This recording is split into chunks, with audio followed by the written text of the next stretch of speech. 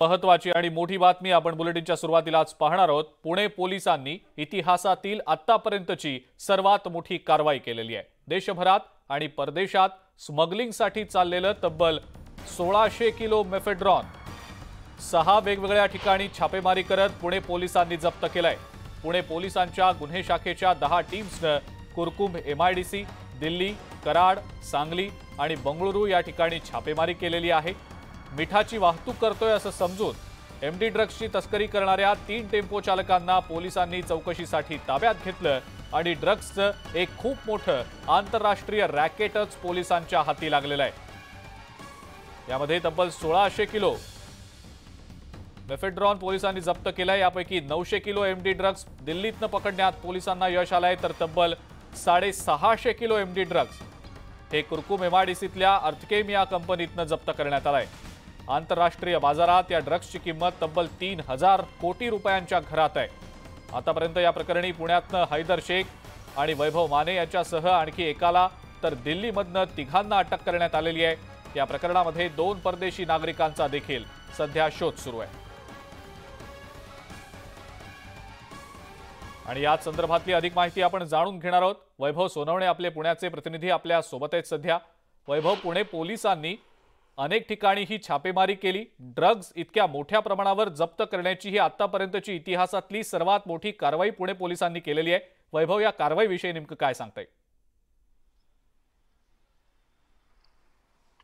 अजिंक्य, अत्यंत जबरदस्त कारवाई जी आहे ती पुणे पोलिसांच्या गुन्हे शाखेने केली आहे। तपास कशा पद्धतीने लीड करावा किंवा तपासात मिळालेले जे सुगावे या सुगाव्यांच्या आधारे तपासाच्या शेवटाला कसं जावं याचं हे उत्तम उदाहरण आहे असं म्हणावं लागेल। सुरुवातीला गुन्हे शाखेच्या अंमली पदार्थ विरोधी पथकातल्या एका पोलीस हवालदाराला ही माहिती मिळालेली होती की 1 किलो मेफेड्रॉन जे आहे ते विक्रीसाठी पुण्यामध्ये या ठिकाणी येणार आहे। त्यानंतर पोलिसांनी छापा मारून ते 1 किलो मेफेड्रॉन जे आहे ते जप्त केलं, एमडी जे आहे ते जप्त केलं। जवळपास 1.5 किलो एमडी त्याच्याजवळ मिळून आलं।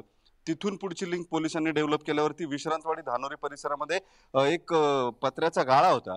या गाळ्यामध्ये जवळपास 55 किलो एमडी जे ती मिठाची पाकिटं जी आहेत त्याच्यामध्ये भरून ठेवण्यात आलेली होती आणि तिथं चौकशी केल्यानंतर हे कोण घेऊन आलं किंवा कशा पद्धतीने हे आणलं याची चौकशी करत असताना एका टेम्पो चालकाची माहिती पोलिसांना मिळाली। या टेम्पो चालकाला ताब्यात घेतल्यानंतर पोलिसांनी त्याच्याकडे विचारपूस केल्यावरती तो बिलकुल अनभिज्ञ होता। हा नेमका सगळा प्रकार काय आहे किंवा कशाची वाहतूक तो करत होता, त्याला जे सांगण्यात आलेलं होतं त्यानुसार तो मिठाची वाहतूक करतोय असंच त्याच्या माहितीमध्ये होतं। त्यानंतर पोलिसांनी त्यांना हा माल कुठून आणला याबाबतची विचारणा केल्यानंतर पहिल्यांदा पोलिसांना लीड मिळाला तो दौंडच्या कुरकुम एमआयडीसी मधल्या अर्थकेम या कंपनीचा। पोलिसांनी रातोरात अर्थकेम कंपनीकडे टीम्स ज्या आहेत त्या रवाना केलेल्या होत्या, 3 टीम्स, आणि रात्रभर तिथं सर्च घेण्यात आला।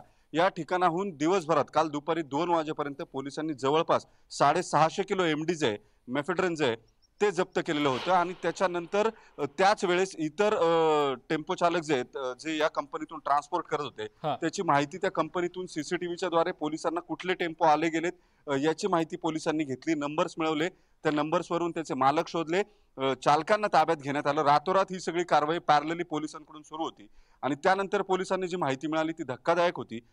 कराड, सांगली, बेंगलोर याच्यासोबत दिल्लीला सुद्धा ड्रग्स जे आहेत। बरोबर आहे, म्हणजे खूप मोठी ही कारवाई पुणे पोलिसांनी आता केलेली आहे। वैभव, धन्यवाद आपण ही जी माहिती दिली त्याबद्दल। यानंतर आपण थेट जाणार आहोत मनोज जरांगेंच्या